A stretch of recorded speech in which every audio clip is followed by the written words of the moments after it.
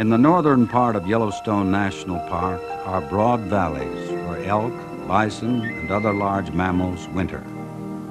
Enriched by the action of natural forces on the land and sheltered by the surrounding mountain ranges, the Lamar and lower Yellowstone River valleys sustain one of the most varied collection of large mammals in North America.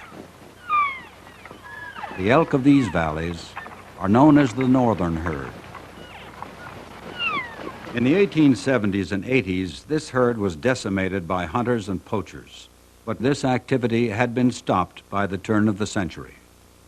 To increase the size of the northern herd, park managers exterminated the wolf and the mountain lion.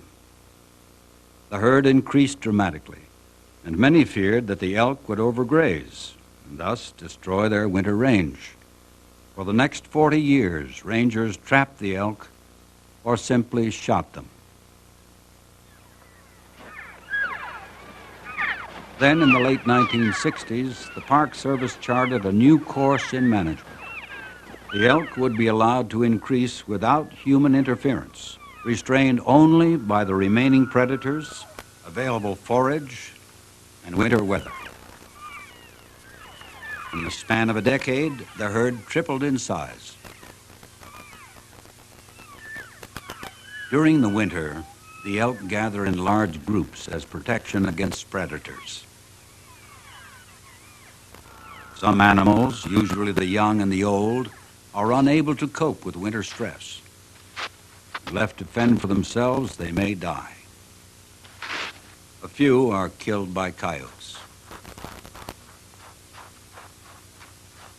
The coyotes are cautious because even in this weakened condition, the calf is a real threat. They can't afford an injury to themselves because that would put their own survival in jeopardy.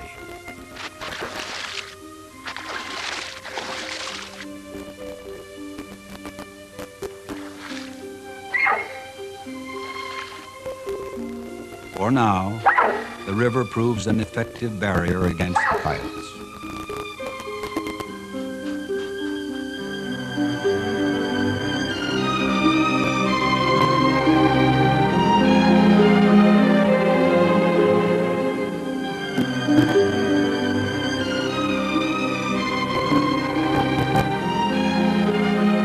In April, snow still covers much of the land, but here, at the lower elevations, the snow has begun its slow retreat.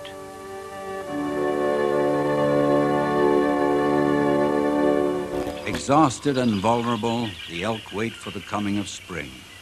Winter forage is not adequate to sustain the elk. During the summer, the elk had accumulated reserves of fat.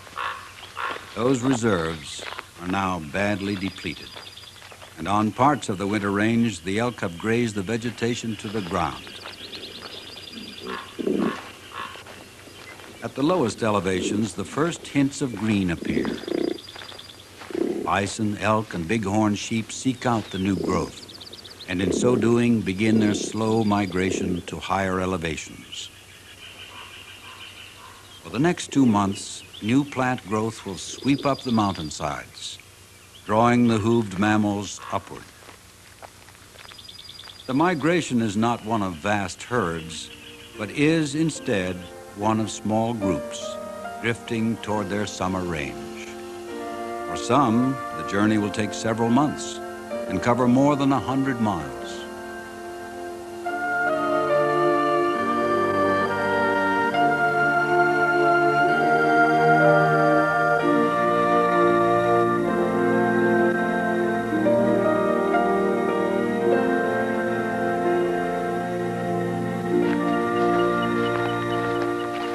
In May, the bighorn sheep join the exodus.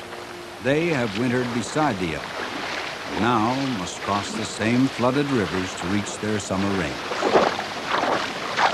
For rams, these rivers offer only a momentary barrier. Cow elk leave the safety of the herd to have their calves in seclusion. For the next 4 weeks, the cows of the northern herd will bear their offspring all across Yellowstone.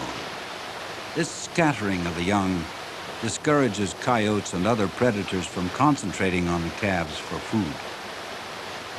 For 2 weeks, the calves are especially vulnerable to predators. The bark from the cows signals danger.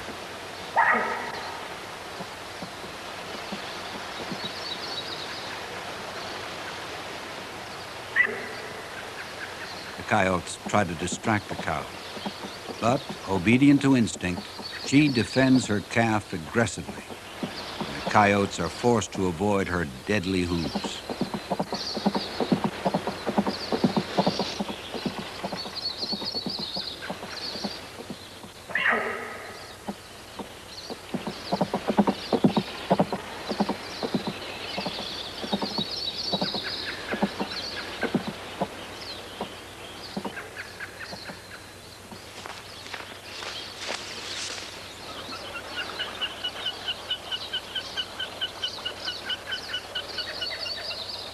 This time, the cow defends her calf successfully.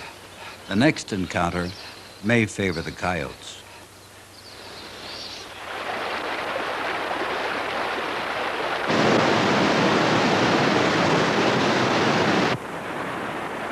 Warm spring days begin to melt the winter's snowpack.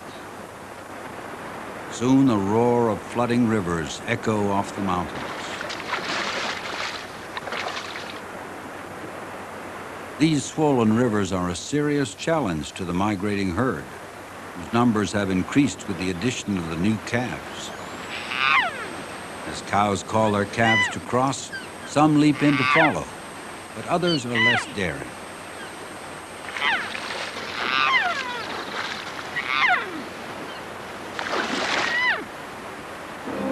It is a precarious journey for the very young calves, and some are lost to the swift currents.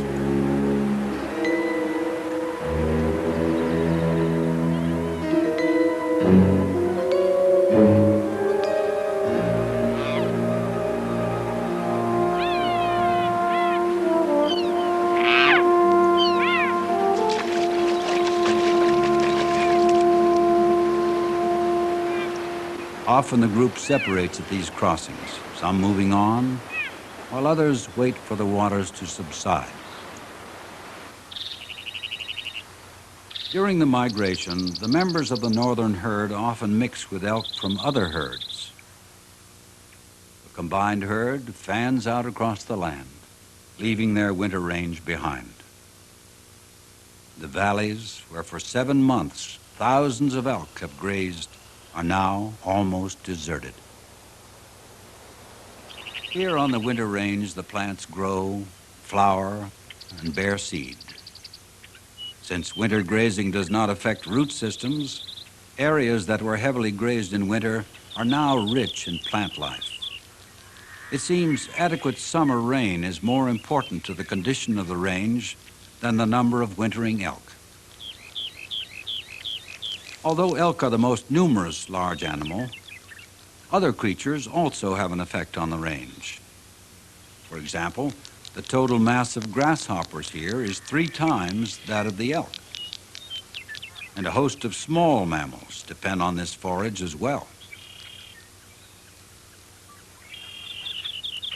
The large elk population has put heavy pressure on the aspen communities. Since the turn of the century, aspen groves have been drastically diminished, and today the remaining stands suffer.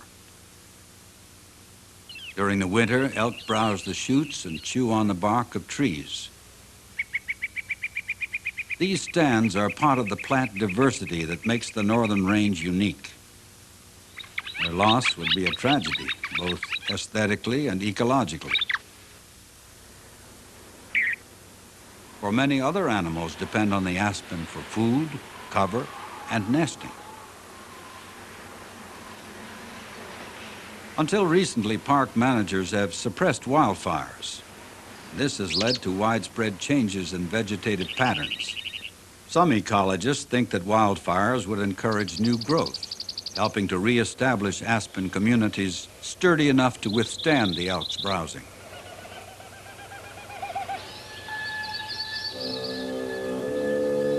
It is now the end of June, and the the elk have reached their summer range, these verdant alpine meadows. But lush meadows also attract the grizzly bear. While the grizzly's main summer diet is the vegetation in these meadows, this opportunist is alert for other food.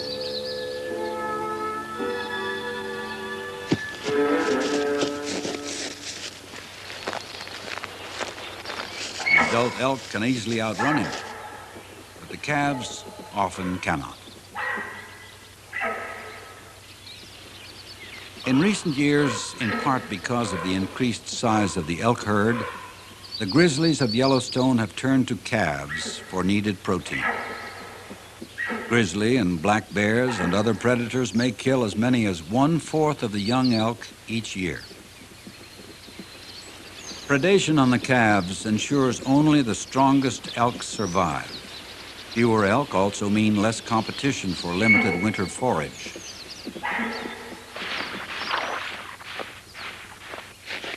Predation is good for the elk herd, which could easily overburden its habitat, and good for the grizzly, whose numbers have been declining.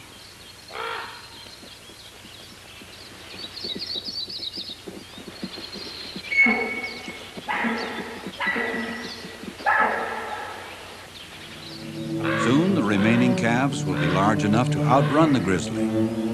The bears will turn to other food. For now, the large number of elk calves benefit the grizzly, whose existence is threatened here in the Mountain West.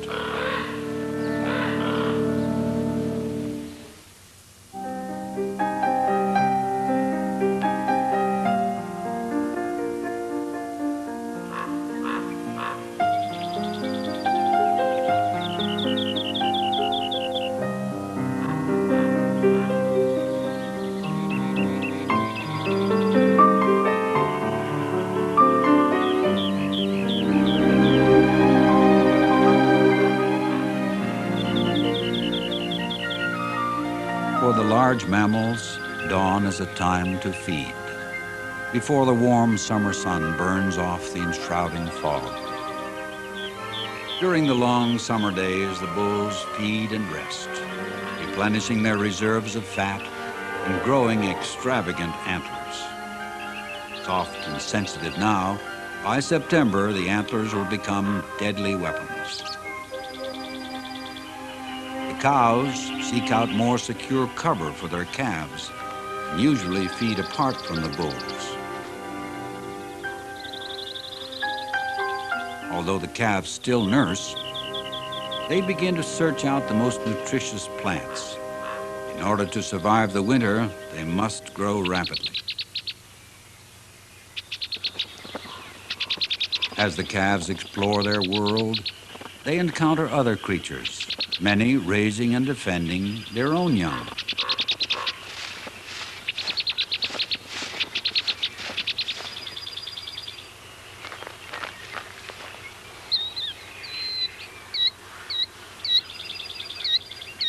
In unexpected ways, members of the elk herd threaten other animals.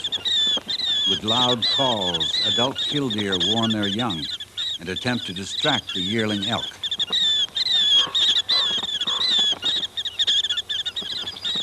The yearling snatches up the young killdeer and then releases it.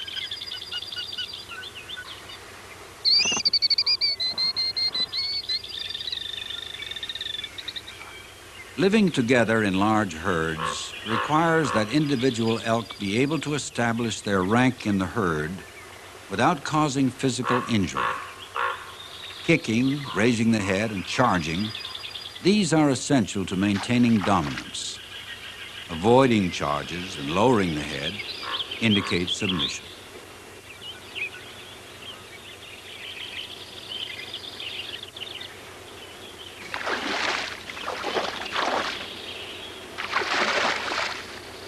During the heat of the day, to escape biting insects, the elk climb to windy ridges or plunge into water.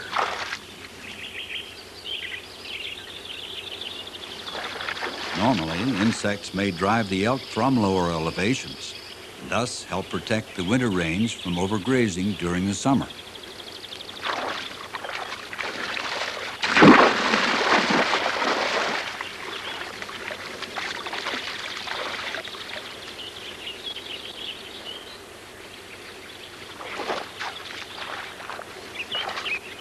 Aggression between members of the herd can occur at any time. Sometimes when one elk is above another on a slope, she will display a dominant behavior.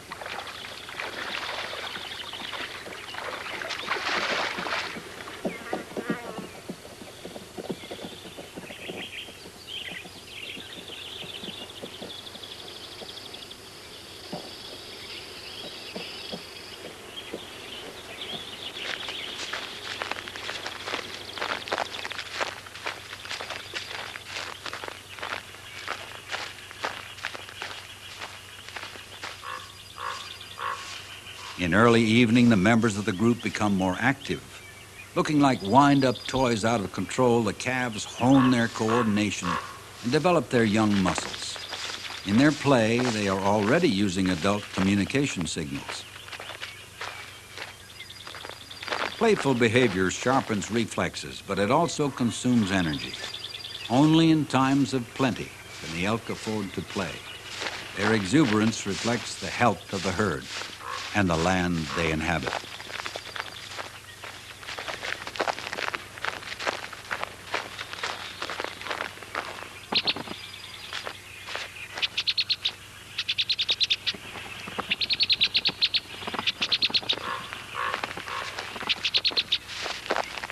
The young exhibit a sense of curiosity about their environment that indicates intelligence and adaptability, qualities which have made the elk one of the most successful large mammals in North America.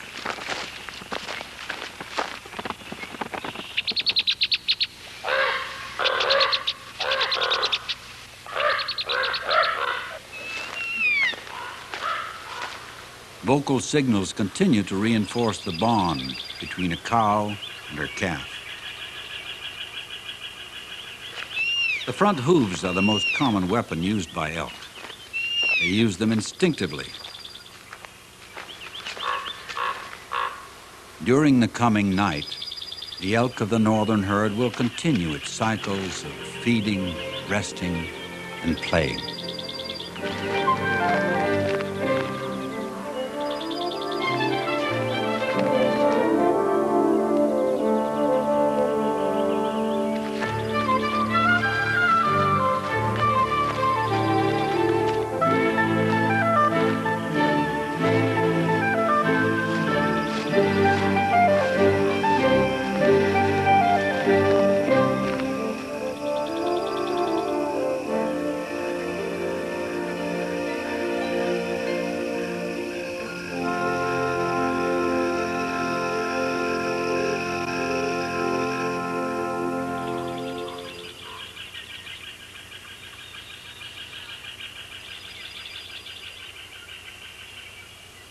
The grizzly spends the summer in solitude, wandering the backcountry, feeding on roots and tubers.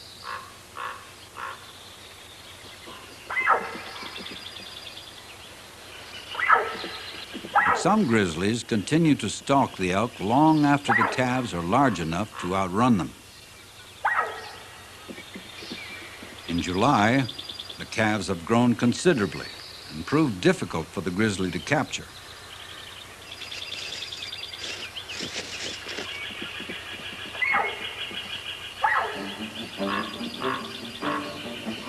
The bear is not fast enough to catch the elk. The coyote is not large enough to make the kill.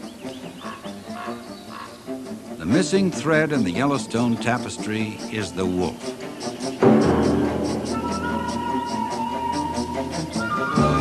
For millennia, the wolf and the elk played out their roles here as predator and prey. Then, as a result of the early extermination program, the wolf was silenced. But the wolf should be returned to make the tapestry complete.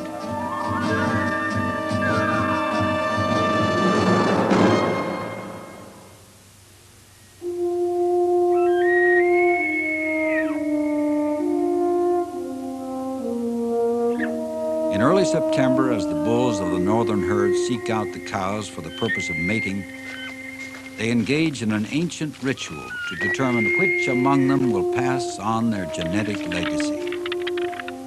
Sparring matches between younger bulls allow for testing of strength and agility without risk of injury. These skirmishes lack the deadly intensity of battles between dominant bulls. Antlers are both deadly weapons and effective shields, but most important, they are prominent badges to be displayed. Walking side by side, charging nearby brush, and flashing one's antlers all serve to intimidate an opponent. When dominance can be established by threats and displays, both the victor and the loser avoid injury and possible death. Most encounters end without physical contact. By the middle of September, the dominant bulls have gathered their cows into harems. Larger bulls with their magnificent antlers have attracted large harems. These bulls carry the important genes, for they have survived years of predation and fighting.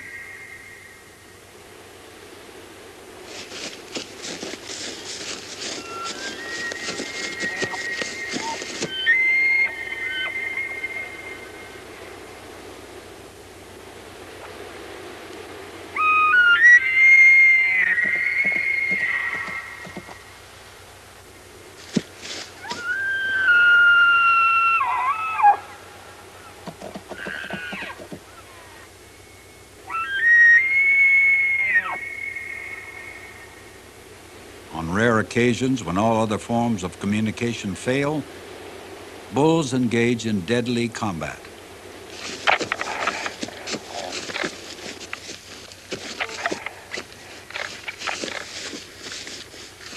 In a test of strength and agility, each tries to gore the other while shielding himself.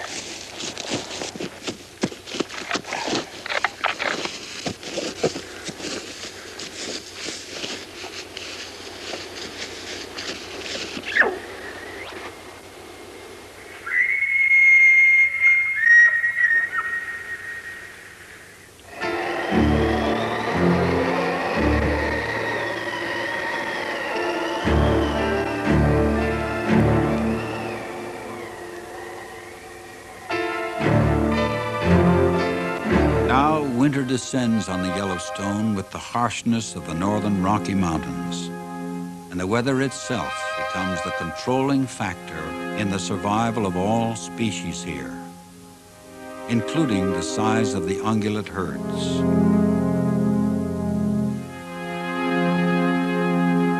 The young and the battle-weary males are the most vulnerable. As the northern herd has grown, so has the number of elk which die during the winter. The death of an elk is not a waste, for the bald eagle, raven, magpie, and coyote survive the winter on this source of food. For these wintering predators, the abundance of carcasses offers life at a bleak time of year. Ironically, the harsher the weather, the better these scavengers will fare. Often there's competition between such scavengers as the coyote and the bald eagle. Sometimes they interact in surprising ways, unique to the creatures that inhabit this land.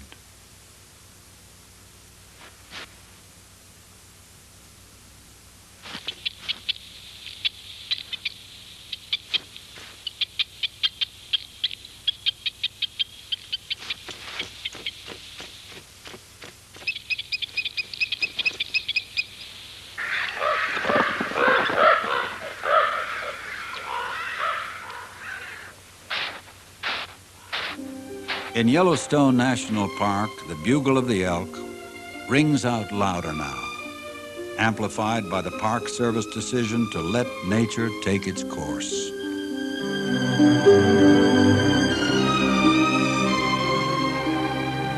Here, as their ancestors once did, the elk of the northern herd will enter into life, struggle, mate, and die, virtually unregulated by humankind. The elk are more than a successful species. They are a symbol of wilderness.